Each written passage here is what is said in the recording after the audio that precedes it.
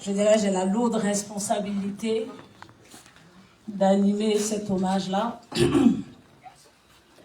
Et le groupe d'organisation, le comité, j'allais dire, me charge de vous dire bonne année. Certes, ce soir, nous pleurons une maman, nous pleurons une camarade, mais nous sommes là essentiellement pour lui rendre d'abord un hommage. Nous voulons rendre hommage à notre maman Topo. Nous voulons rendre hommage à maman Kojo Rouge. Nous voulons rendre hommage à la maman des femmes patriotes. Et je tenais particulièrement à vous dire merci. Aujourd'hui, c'est samedi. Beaucoup d'événements sur la place, mais vous avez pris de votre temps pour être là. Je tenais particulièrement, au nom du comité d'organisation, à vous dire merci. C'est un hommage qui a été organisé assez rapidement. Et en une semaine, ils ont pu mettre quelque chose en place pour que on puisse saluer la mémoire de cette maman-là. Moi, quand je parle de maman Topo, je vois cette dame de caractère, mais qui en même temps est une personne très douce. Quand la Côte d'Ivoire avait besoin d'elle, elle était là. C'est pour ça que ce soir, nous sommes là pour lui dire merci. Nous allons certainement la pleurer le 27, mais aujourd'hui, nous sommes là pour lui rendre hommage. Nous avons parcouru les villes de la France. Nous avons parcouru beaucoup de pays de l'Europe et elle était à notre côté. Moi, c'est en même temps une maman de la résistance, mais c'est aussi une maman de chez moi, parce que je suis Dida. Et cette dame-là, elle nous a beaucoup porté dans son cœur. Je me souviens encore quand elle faisait des petites réunions, une fois on était à Châtelet, avec Prisca, avec Alice, et je veux vous dire merci. Merci infiniment d'être là. Et au fur et à mesure, nous allons dérouler le programme. Mais pour nos camarades qui sont du côté d'Abidjan, qui n'ont pas pu être là malheureusement, il y aura des vidéos qui nous ont transmises, qu'on va pouvoir projeter tout à l'heure. Il y aura aussi des témoignages dans la salle. S'il y a des personnes qui estiment qu'elles ne peuvent pas partir d'ici sans dire un petit quelque chose pour Maman Topo, ben vous êtes les bienvenus. On a une liste tout à l'heure. Moi, je vais passer dans la salle, noter quelques petits noms. Et encore merci à vous. Merci d'être là. Merci. Et puis, j'allais dire bel hommage. Voilà. Merci beaucoup. Merci. Merci Flo. Alors, très rapidement, je vais appeler... Tout à l'heure, j'ai parlé de comité. C'est toutes ces personnes-là qui ont connu notre maman, qui se sont réunies rapidement après le samedi dernier pour la mise en bien et qui ont décidé de lui rendre cet hommage-là. Et pour bien faire les choses, on a quand même mis notre doyen à la tête de ce petit comité-là. Et je vais l'appeler rapidement et par la suite, ça sera notre maman Mireille qui prendra la parole. Merci beaucoup et puis à tout à l'heure. Le doyen dit de préciser son nom. Ouais, ça a chauffé. Il s'appelle Kirman Niaouré, le coach. Je pense que tout le monde le connaît. Merci. Et bon, il me dit il faut que je précise. Donc je vais préciser.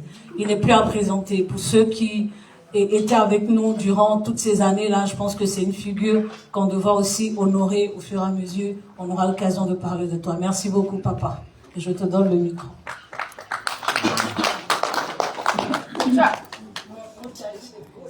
Bonsoir. Bonsoir, coach. Merci d'être venu pour qu'ensemble, on s'essuie les larmes.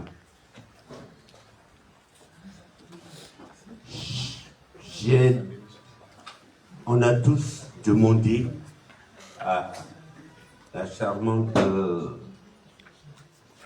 Flora l'ivoirienne qui vient de parler, coucou de la cérémonie. Elle va présenter au fur et à mesure les personnalités qui sont là. Mais moi déjà, je vous dis merci d'être là. Nous sommes dans une aventure humaine. Je dis bien une aventure humaine. Et là où il y a des hommes, il y a le ressentiment, il y a la réflexion, et il y a beaucoup d'autres choses. On ne va pas nous apprendre ça. Ça fait des années qu'on est ensemble et qu'on se côtoie. On se côtoie. On marche ensemble. Des fois, on se marche sur les pieds, mais on continue quand même. Parce qu'avant tout, c'est l'objectif qui compte. Et on se regarde. Et en vous regardant, en me regardant aussi, j'ai remarqué beaucoup de personnes, parmi lesquelles une dame. Elle ne s'est jamais prévalue, Bac plus 10, Bac plus 9. Mais dans l'aventure dont je parlais, moi personnellement, ce qui me frappe, c'est la capacité de chacun à être focus sur l'objectif qu'on s'est fixé ensemble. Ça s'appelle un contrat social. Nous voulons être libres. Et ça, tant qu'on pense à ça, on devient indulgent, on devient aimant, on devient aimable.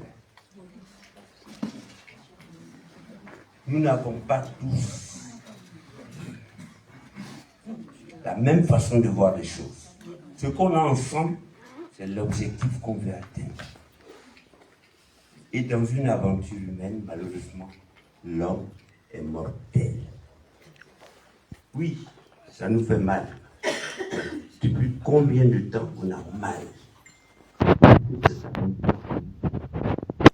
Et on vous présentera peut-être, si on veut faire une liste de ce qu'on a perdu, je vous assure, on va tous pleurer ici, on ne va plus rien faire. Mais l'aventure continue quand même. Mais qu'est-ce qui fait la force de ces gens qui tombent pour le pays? Et là, je vais vous expliquer un peu. On a l'habitude de dire que le pays nous appelle. Le pays nous appelle. Le pays, là, vous avez déjà vu sa bouche. Ce qui nous appelle là, c'est notre amour pour ce pays. C'est notre besoin d'être libre. C'est notre amour pour la justice. Et c'est ça qui a appelé chacun. Et il y a eu un moment où c'était tellement dense qu'on a eu l'impression que le pays nous appelait. Mais ceux qui représentaient le pays et qui devaient nous appeler, ils étaient enchaînés. Ils ne pouvaient plus nous appeler. Donc, qui nous a appelés? Si ce n'est pas notre amour de la justice. Mais, quand l'objectif a été fixé, on veut y aller. On est ensemble. Et c'est là que le chacun intervient. On ne peut pas tous marcher de la même façon, tous les jours, à tout moment, dans toutes les situations. Ce n'est pas possible. C'est pour ça que la tolérance doit rentrer en milieu. Et la tolérance, qu'est-ce qui provoque ça? C'est l'objectif. Et c'est ça. Vous voyez, avant de parler de cette dame, je vais vous parler d'une autre, qui est mythique aujourd'hui. Et je vais vous faire une comparaison sur pourquoi nous sommes là aujourd'hui. Et pourquoi cette femme-là, elle est devenue un mythe de toute la résistance. C'était une femme comme on en voit. C'était pas en Afrique. C'était pas la petite colonisation. C'était du temps. La race noire, toute la race noire était discriminée aux États-Unis.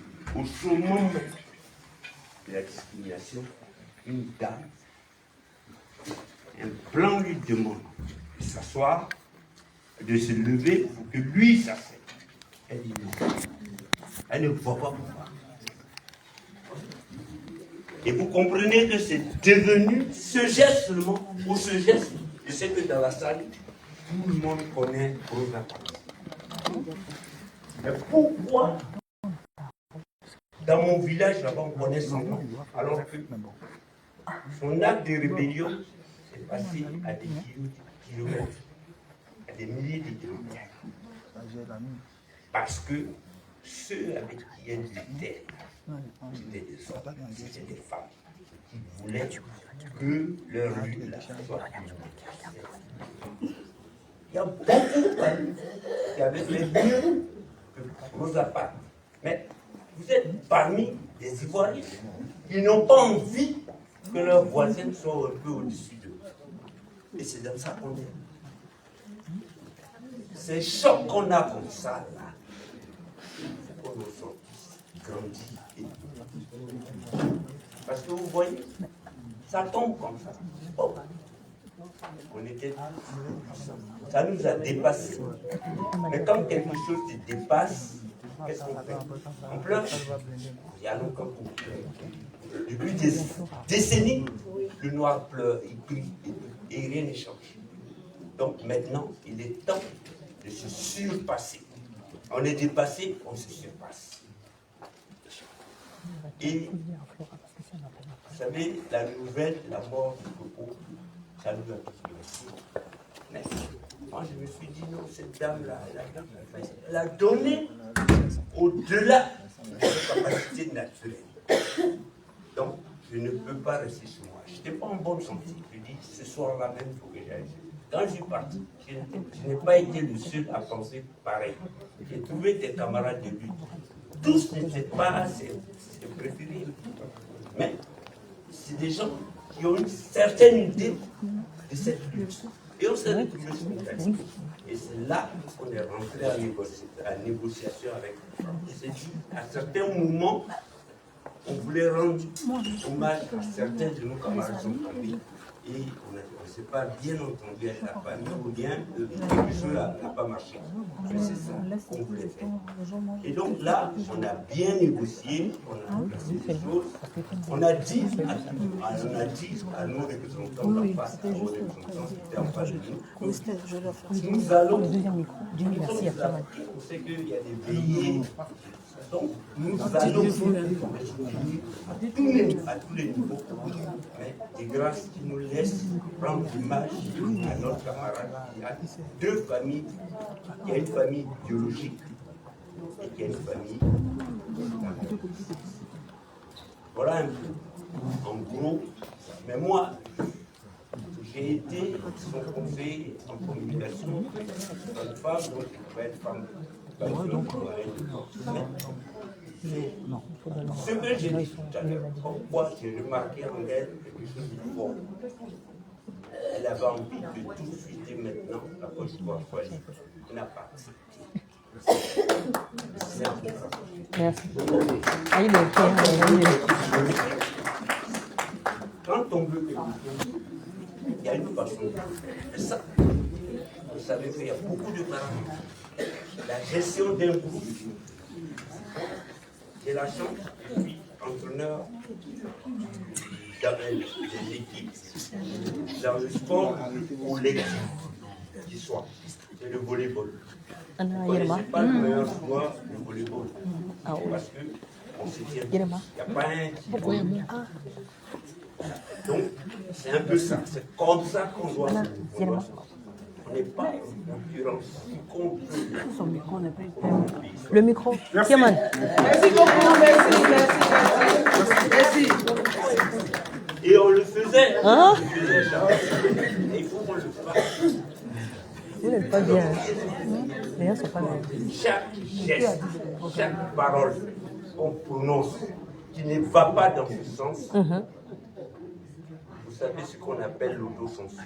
Tiens, le micro. Ah, c'est. Aïe. Nous sommes des frères, on peut s'appeler, se dire des choses. Ce n'est pas la peine d'aller sur le théâtre. Montrer à l'adversaire Qui m'a le micro? quelqu'un qui n'est pas des. Donc c'est un peu ça. Merci. Je vous assure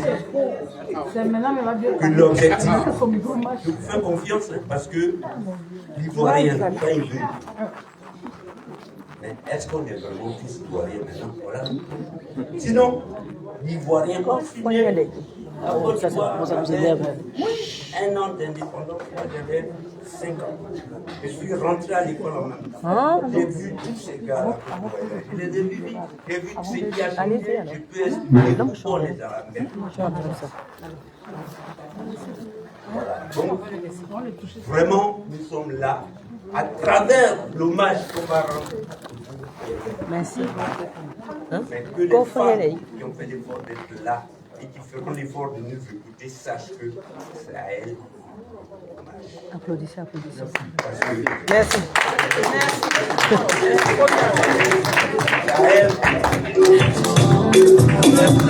Merci, merci, Kemal. Vous allez le chercher, hein? Ouais. Merci. J'ai dit au gars là de mettre la musique comme ça. Merci, Kemal.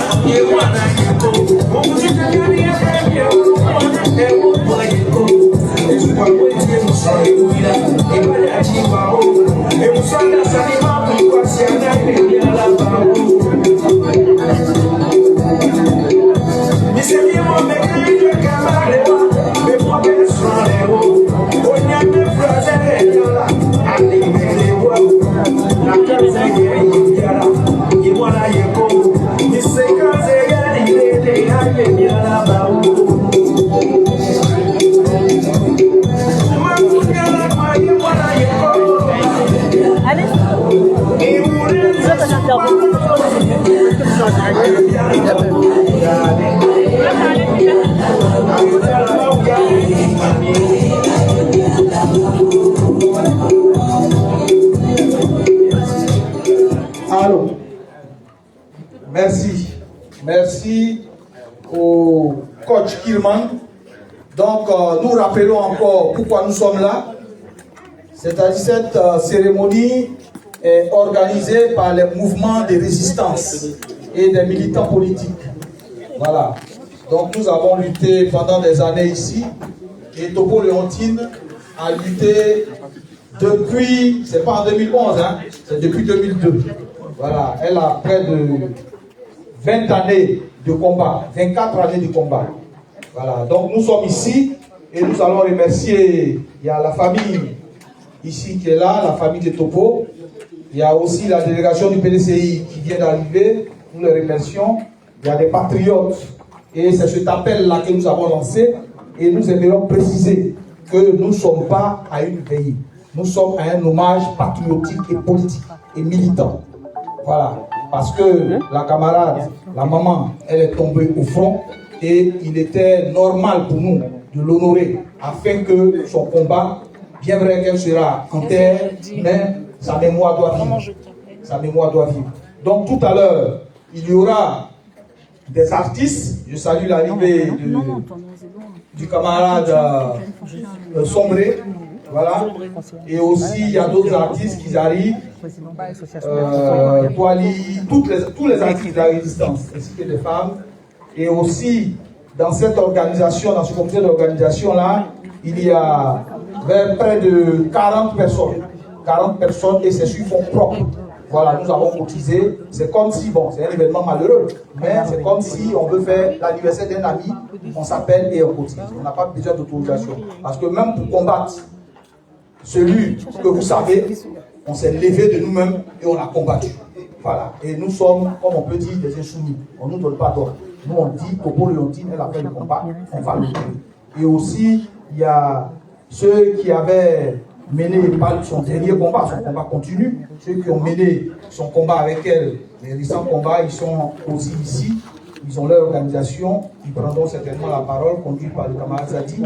Et aussi, nous aurons des interventions de camarades qui sont restés au pays, qui étaient ici avec nous, mais qui sont rentrés. Il y aura aussi des personnalités politiques. Il y aura le président Afin Guessan qui interviendra. Il y aura Abou Galier, il y aura Serge Kassi, Magadedin, parce que ces artistes-là, c'est eux qui ont aussi impulsé ce combat-là, qui nous ont aidés dans ce combat. Il y aura Willy Blanc depuis Abidjan, il y aura Steve Biko, et il y a d'autres vidéos qui arrivent. Donc, c'est pour permettre à ces frères et ces sœurs-là, qui étaient ici, parce que s'ils étaient là, ils allaient être avec nous. Voilà, leur permettre de témoigner à la famille et aux camarades militants leur compassion et puis, comment on appelle ça, rappeler le combat de Topo Leontine. Il y aura aussi une vidéo qui passera, voilà, qui passera sur le combat de Topo Leontine et aussi des vidéos qui vont passer pour montrer les actions que les Ivoiriens, les Ivoiriennes, les épris de justice et les panafricains ont menées ici en France. Voilà, on va montrer ça parce que peut-être il y a certaines personnes qui ont oublié. Voilà, parce que si la Côte d'Ivoire aujourd'hui est relevée, c'est grâce à la résistance. Parce que la Côte d'Ivoire était par terre. Voilà, la Côte d'Ivoire était par terre. Notre gouvernement qu'on soutenait a été défait. Et c'est ici, en Europe, partout, ils ont laissé femmes, enfants, maris, il y a eu des couples qui se sont séparés, tout ça. Et c'est pour ça, cette raison-là, Topo Leontine même, elle-même, on l'appelait, beaucoup d'autres l'appelaient femme garçon, tout. Et elle, ça a été une insoumise jusqu'au bout. Voilà, donc il y aura aussi MC Gourou, depuis Abidjan, qui interviendront, tout. Donc voilà, chers frères et sœurs, et ceux aussi qui voudraient intervenir, il y a une liste qui est ouverte, vous pouvez faire votre témoignage à Topo. Donc voilà, on va passer une très belle soirée et aussi rappeler aux uns aux autres que la veillée de la famille aura lieu le 27. Voilà. Février. Le 28 février. Voilà, le 27 février. Le 27 février. Le 27 février au 10 rue Crève-Cœur. Voilà, au 10 rue Crève-Cœur. Et nous aussi, c'est un tremplin pour nous, pour mobiliser, pour appeler les patriotes, pour appeler tous les combattants à s'y rendre et à soutenir la famille afin d'attirer dignement notre soeur, notre maman, notre camarade. Voilà un peu, si les gens voient qu'on a fait ça aujourd'hui, le 7, et il y a la veillée, c'est pas, ça ne torpille pas la veillée. Voilà, ça ne torpille pas la veillée. Ici, nous sommes ici pour rendre un hommage politique et militant, rappeler ce qu'a été Topo Leontine. Et aussi, c'est de nous rendre nous-mêmes hommage des vivants. Voilà, donc je vous remercie et je vais laisser le DJ. Et la soirée va se dérouler. Flora viendra vous présenter d'autres artistes et d'autres intervenants. Merci.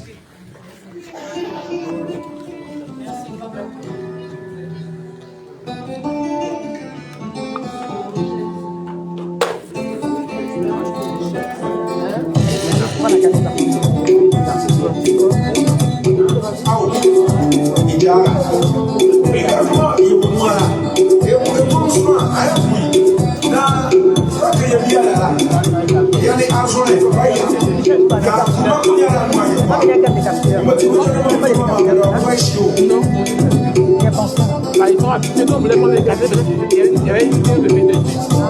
On va dire pour le deuxième paquet.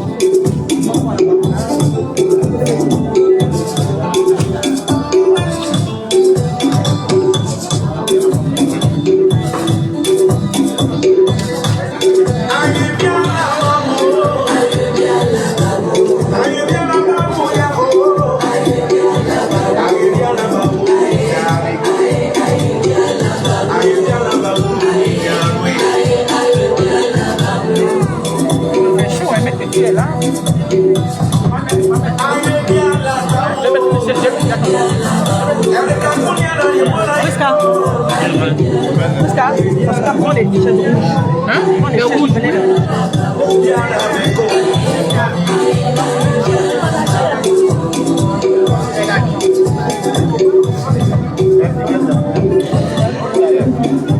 C'est bon? Les rouges.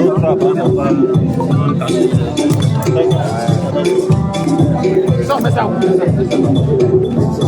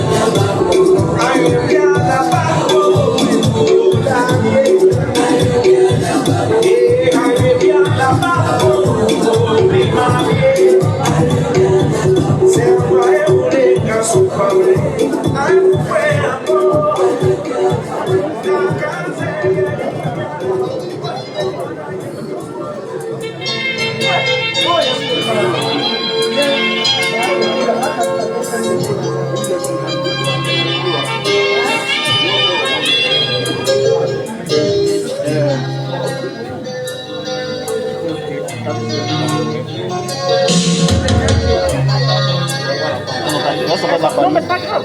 Ça va écouter la famille.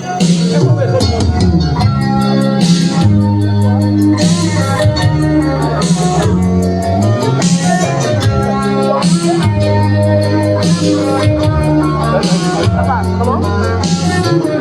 D'accord. C'est mieux de prendre les chaises rouges. Non, ça c'est moi. Mais tu vas mettre le rouge là-bas.